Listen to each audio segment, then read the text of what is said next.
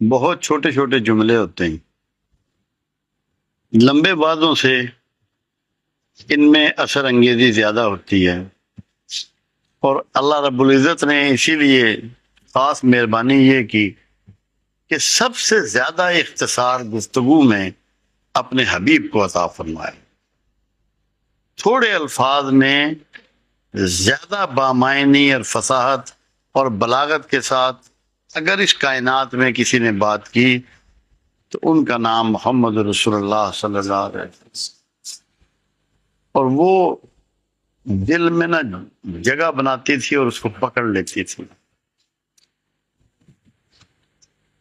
جو لوگ بھی بہت لمبی لمبی گفتگو کرتے ہیں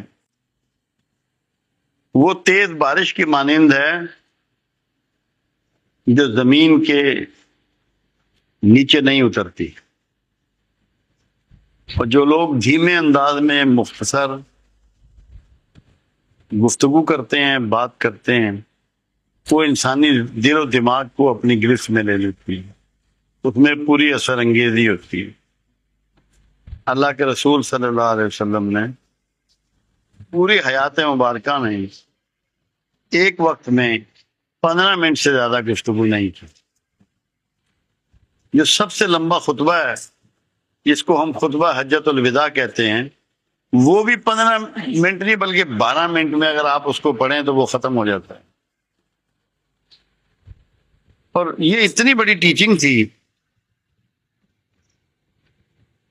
جس کو بدقسمتی سے ہم نے کبھی سمجھنے کی کوشش نہیں کی۔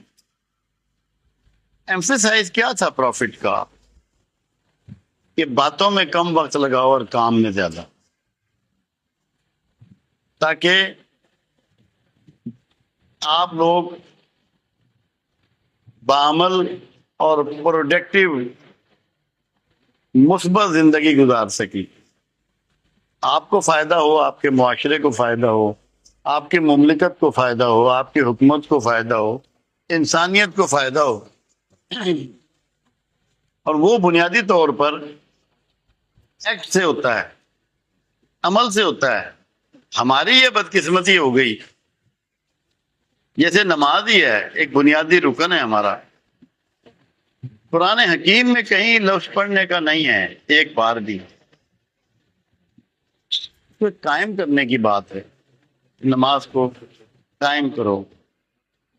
ہم صرف نماز پڑھ رہے ہیں، ہر رکعت میں ہم پڑھتے ہیں سورہ فاتحہ،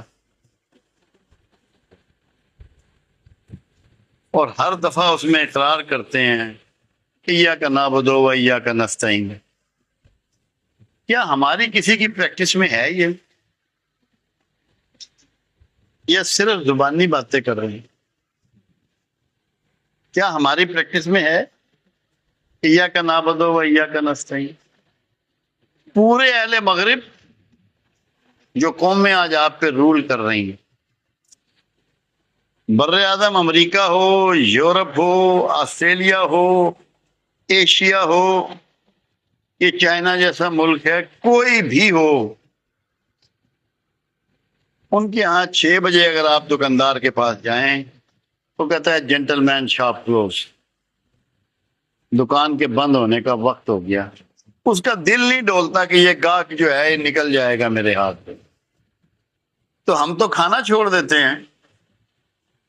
بہترین کھانا جو گھر سے آیا ہوتا ہے تو یار ٹھنڈا ہونے دے، گاہک نہ نکلے۔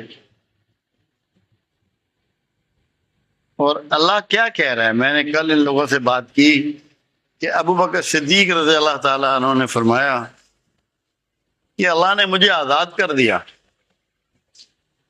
میرے فکر ختم کر دیے۔ عظیم اصحاب رسول یہ بات کر رہے ہیں۔ بھائی کیا کیا اللہ نے کہ جب قرآن کی یہ آیت اتری اور پروردگار نے یہ کلیم کیا کہ زمین پر چلنے والا، رینگنے والا، فضا میں اڑنے والا، پانی میں تیرنے والا کوئی ایسا جاندار نہیں جس کا رزق میرے ذمہ نہ ہو۔ کتنی بڑی آزادی اللہ نے تمام مخلوق کو دے دی، صرف انسانوں کو نہیں، تمام کریشن سب کو دے دی۔ ہماری حالت کیا ہے؟ میں سعودیہ میں ایک دن بیٹھا ہوا تھا ایک دوست کے پاس، ایک صاحب آئے تو وہاں کی حکومت کا شکوہ کر رہے تھے، کہنا جی بڑی ظالم حکومت ہو گئی۔ میں نے کہا کیا کیا انہوں نے؟ کہتا جی ہم رات کے 3 بجے تک دکانیں کھولتے تھے، انہوں نے سختی کر دیا کہ 12 بجے بند کر دیا، 12 بجے بند کر دیا کرو۔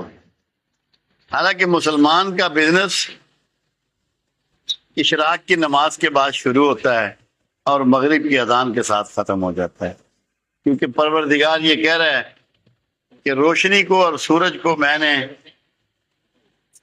تیرے کاروبار کے لیے، تیرے فضل تلاش کرنے کے لیے روشن کیا، اور دن کو روشن بنایا اور رات کو تیرے آرام کے لیے اندھیرا کر دی۔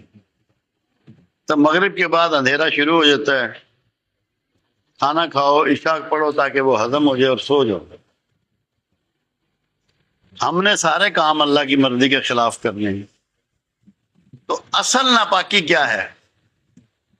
اصل ناپاکی ہے نافرما برداری ہے خدا بند، اس کی مرضی کے خلاف کام کرنا۔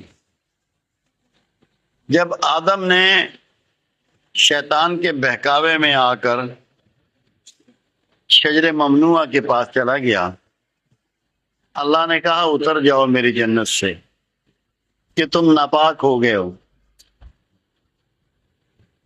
تو ناپاکی کیا ہوئی؟ اللہ کی نافرمانی، اس کی حکم عدولی۔ اصل نجس یہ ہے، باقی چیزیں جو چھوٹی موٹی نجاستیں ہیں وہ تو اس کے سامنے کوئی ویلیو ہی اور ویٹ ہی نہیں رکھتی۔